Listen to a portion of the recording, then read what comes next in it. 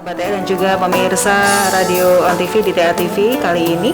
Jadi ini adalah salah satu penyakit menular yang pastinya benar kalau dikatakan sebagai pembunuh begitu ya, karena selain menyerang paru-paru ini juga ada bisa diserang di beberapa bagian tubuh yang lain seperti misalnya di tulang, kelenjar, kulit, otak dan lain-lainnya. Nah, ini mungkin dari dokter sendiri bisa menambahkan mengenai tuberkulosis atau TBC ini.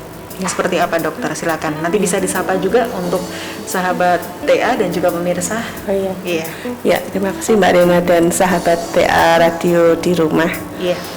Iya, kali ini tentang tuberkulosis ya. Sebenarnya tuberkulosis ini sebenarnya penyakit yang sudah sangat tua ya. Kan kemarin ditemukan pada tahun 1800-an.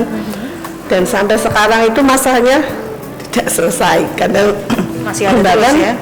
Iya, kadang malah bertambah kompleks seperti yang sekarang itu ada namanya yang tuberkulosis resisten obat gitu. Jadi memang permasalahannya itu tidak bisa kita melalui dari kesehatan sendiri ya, semuanya harus berperan aktif karena TBC ini seperti tuberkulosis sepertinya karena harus semua pemangku kebijakan harus turut karena sangat seperti tadi ya, pengobatannya juga memerlukan kesabaran, jadi harus supportnya itu sangat diperlukan bagi penderitanya. Kalau tentang tuberkulosis tadi sudah diceritakan ya, itu adalah penyakit menular yang disebabkan oleh kuman atau bakteri yang namanya Mycobacterium tuberculosis. Dan emang biasanya orang bilangnya apa? Perihnya kayak flek gitu. Karena dia yang paling banyak diserang itu adalah paru, betul. Namun tidak hanya paru saja, juga ada organ lain seperti banyak juga tempat kami yang kelenjar limfa di leher itu juga bisa mengenai tulang, bisa mengenai usus. Memang bakteri ini sangat keren, bisa kemana-mana. Ya, jadi dengan pengobatan yang harus super sabar seperti itu juga bakteri ini tetap masih membawa masalah yang sangat kompleks ya sampai sekarang. Oke. Jadi memang kalau untuk bakteri ini sendiri TBC ya, itu ternyata nih kita juga baru tahu itu menyebarnya tidak melalui barang-barangnya seperti pakaian, terus kemudian tempat tidur, peralatan makan dan lain sebagainya. Namun ada beberapa cara untuk bisa menular begitu. Nah, ini sebenarnya TBC ini apakah bisa menular melalui apa saja nih, dokter? Iya, TBC ini adalah penularannya melalui droplet. Droplet artinya adalah percikan di udara yang mengandung dari bakteri tersebut. Karena bakteri ini maksudnya melalui udara.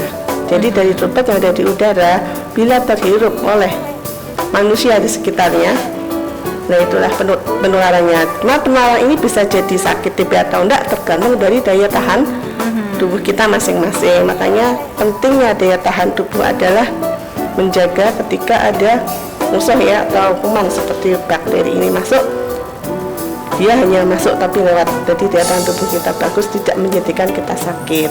Makanya padahal kita di rumah sakit juga kampanyenya kan kalau batuk kan harus masker ya, sama atau ditutup biar tidak menghasilkan droplet yang mengandung tersebut. Iya. Oke. Ya, dan kemudian kalau boleh kita tahu nih, dokter, siapa saja sih sebenarnya yang mudah terinfeksi ya, atau mungkin bisa terinfeksi virus dari TBC kuman ini? Ya, kuman TBC ini ya. Tadi karena sahabat TA Radio sudah saya sebutkan sedikit dari awal tadi, sangat betapa penting daya tahan tubuh itu. Jadi yang sudah terkena tentunya adalah yang memiliki daya tahan tubuh kurang ya, seperti orang tua.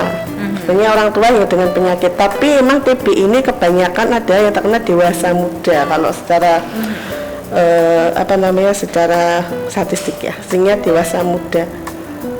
Kemudian setelah dewasa muda juga mempunyai penyakit-penyakit yang bisa menurunkan daya tahan tubuh tadi, seperti HIV/AIDS atau penyakit autoimun ya, intinya yang bisa menurunkan daya tahan tubuh kita terhadap penyakit. Begitu. Dari anak-anak sampai dewasa sampai tua semuanya bisa tergantung daya tahan tubuh kita. Iya. Gitu. Tapi untuk saat ini juga yang terpenting sepertinya juga anak-anak perlu atau butuh perhatian khusus ya. Betul. Untuk orang tua juga bisa menyimak sosialisasi pencegahan TBC itu sendiri, karena kan kita tahu bahwa anak-anak ini adalah nanti akan penerus bangsa juga nih.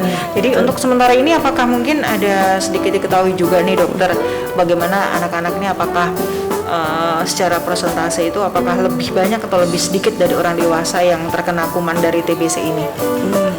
Kalau presentasi pastinya kami datanya nggak apa-apa. Iya, Tapi yang kami tahu di lapangan emang untuk mencari anak ini terus terang kita temukan dari yang dewasa. Dewasa ya. Jadi kalau di fasilitas kesehatan itu ketika ada pasien TB di tempat kami akan di tracing, jadi akan dilacak di rumah dengan siapa termasuk dengan anak-anak. Biasanya dari situ kita mendapatkan kasus anak karena dia harus diperiksakan. Karena untuk gejala klinis anak dan dewasa itu sangat berbeda, karena kalau dewasa itu lebih khas keluar gejalanya lebih gampang terlacak. Kalau anak-anak agak tidak kelihatan. Tidak tahu memang harus gejalanya. Kalau pada dewasa adalah yang utama adalah batuk 2 minggu atau lebih. Batuk bisa pakai batuk darah atau batuk dahak. Tapi kalau anak-anak biasanya batuknya tidak selalu muncul. Ya. Oke, jadi memang mungkin kita berpikirnya bahwa itu adalah batuk, semuanya batuk ya. Jadi kita nggak tahu kalau itu adalah mungkin kuman TBC seperti itu. Karena kan kalau misalnya batuk, periksa ya udah cuma sekedar itu aja. Jadi tidak ada tindak lanjut yang lebih lagi bahwa ini nanti batuknya memang terjadi karena apa begitu ya dok ya.